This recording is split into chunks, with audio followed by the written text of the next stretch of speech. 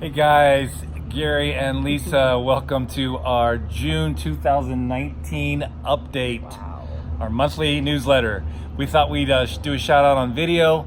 You know, last month I sent out a kind of a vulnerable update, just getting a letter from one of my daughters that was pretty rough, and just some of the things that we were walking through, kind of questioning with our future and all those things. And really, God has kind of ordained and put things into order in our lives this last month. And Yeah. we're standing here in Gainesville, Georgia, down here doing a training camp with World Race.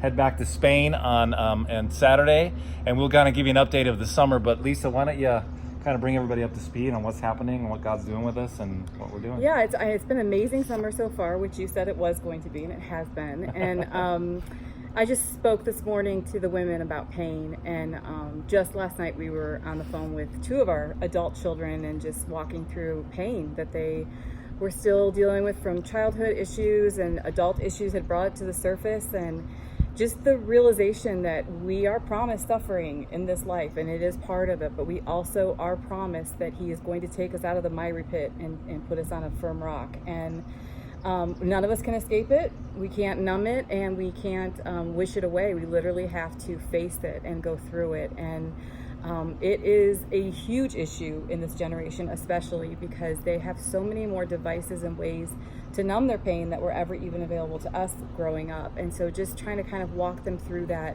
And then, of course, studying last night and getting ready for this morning, and then to be faced with it again within the family and realizing this is probably never going to go away, but there is so much hope. And Yeah. we have already come out of so much pain, and just the fact that we're all still here is kind of a miracle. But I don't know, a couple years ago that would have taken me out, and now I'm just like, God, I can't wait to see what you're going to do. Wow. Yeah, you know, you're always kind of waiting for the other shoe to drop when you're having a good season. And, you know, we teach about this a lot. There's hundreds of seasons in life. And we've got to learn how to embrace the really good seasons and the really bad seasons. Yeah. Hold them the same way. We're learning to do that as we get older, is that, you know, really good news, really bad news, we just kind of look at it and go, okay, Yeah. Father, what are you doing? What do we got to do to walk through this? And how are you going to get us through this together? You know, God doesn't promise to not put us through too much. He always actually does, stuff that we can't handle. And sometimes a lot of us walk through those kind of seasons. And we're walking into a new season. We're seeing just real incredible growth at G42. Our classes are filling up really fast. The world race numbers are down, but we feel like God's kind of cleaning that up a little bit and bringing more strategy and more of the DNA back into the house of why we started this thing Exactly. 12 years ago. And so we're seeing a big shift, and it's exciting, a little scary, but we're excited for the summer and what's coming. Yeah, and the truth is, it's not that you just don't understand or you don't care, you don't feel anymore.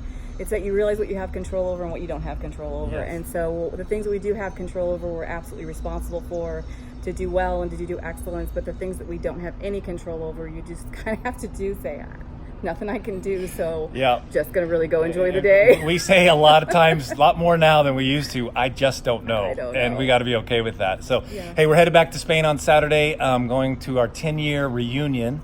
A bunch of kids are coming out to do that. And then we'll fly back to the States July 2nd.